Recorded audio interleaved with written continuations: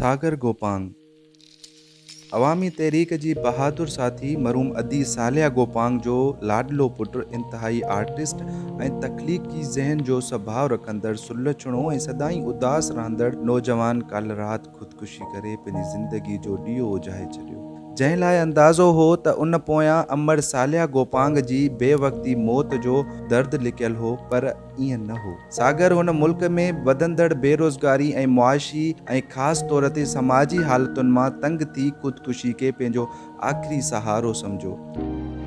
कोई नए सवाल भी नहीं जिसके मैं जवाब दूं, कोई नई कहानी नहीं जिसको मैं बयान करूं।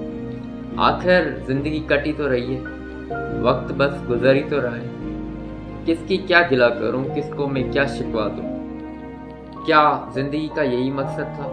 सागर गोपांग सां मुंहिंजी मुलाक़ात रोशनी पब्लिकेशन जेको 2018 में 2 ॾींहंनि जो ॿाराणो किताबी मेलो गोज़ो खां मीडिया टीम जे मेंबर तौरु शुरू थियो। सागर हिकु बहितरीन इंसान सां गॾोगॾु पंहिंजे फ़न में आला सलाहियतूं रखंदड़ नौजवान हो। सागर केतिरा ई दफ़ा रोशनी पब्लिकेशन इदारे जे डिजिटलाइज़ प्रोसेस में मदद कई। हुन किताब पढ़ण जी सकाफ़त खे वधीक उजागर करण लाइ रोशनी बुक्स जे उनवान हेठि हिकु सीरीज़ शुरू कई, जंहिं में मुख़्तलिफ़ लेखकनि सां किताबनि बाबति ॻाल्हि ॿोल थींदी हुई।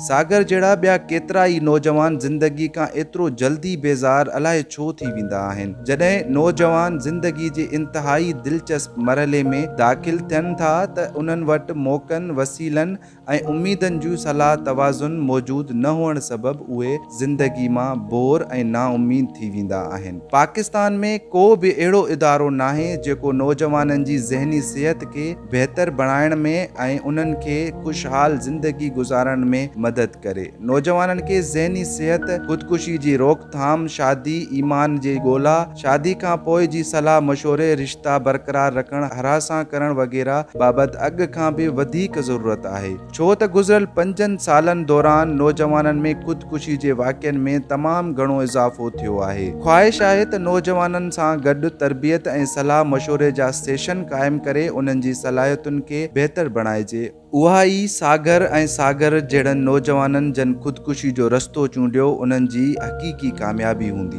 उहे सभु नौजवान असांजी दिलनि, दिमाग़नि ऐं यादनि में हमेशह रहंदा। उम्मीद आहे त असांजो मुआशिरो हुन मसइले खे संजीदगीअ सां सम्झंदो ऐं उन खे बहितरीन बणाइण जी कोशिश कंदो। इनफ़रादी या इज्तमाही तौर ते पंहिंजे आस पास दोस्तनि, रिश्तेदारनि, अहबाबनि ऐं घर भातियुनि सां ॻाल्हाइण जी ऐं उन्हनि जे मसइलनि खे सम्झण जी कोशिश कयो। शायदि तव्हांजी नंढड़ी कोशिश कंहिंजी ज़िंदगी बचाए सघे।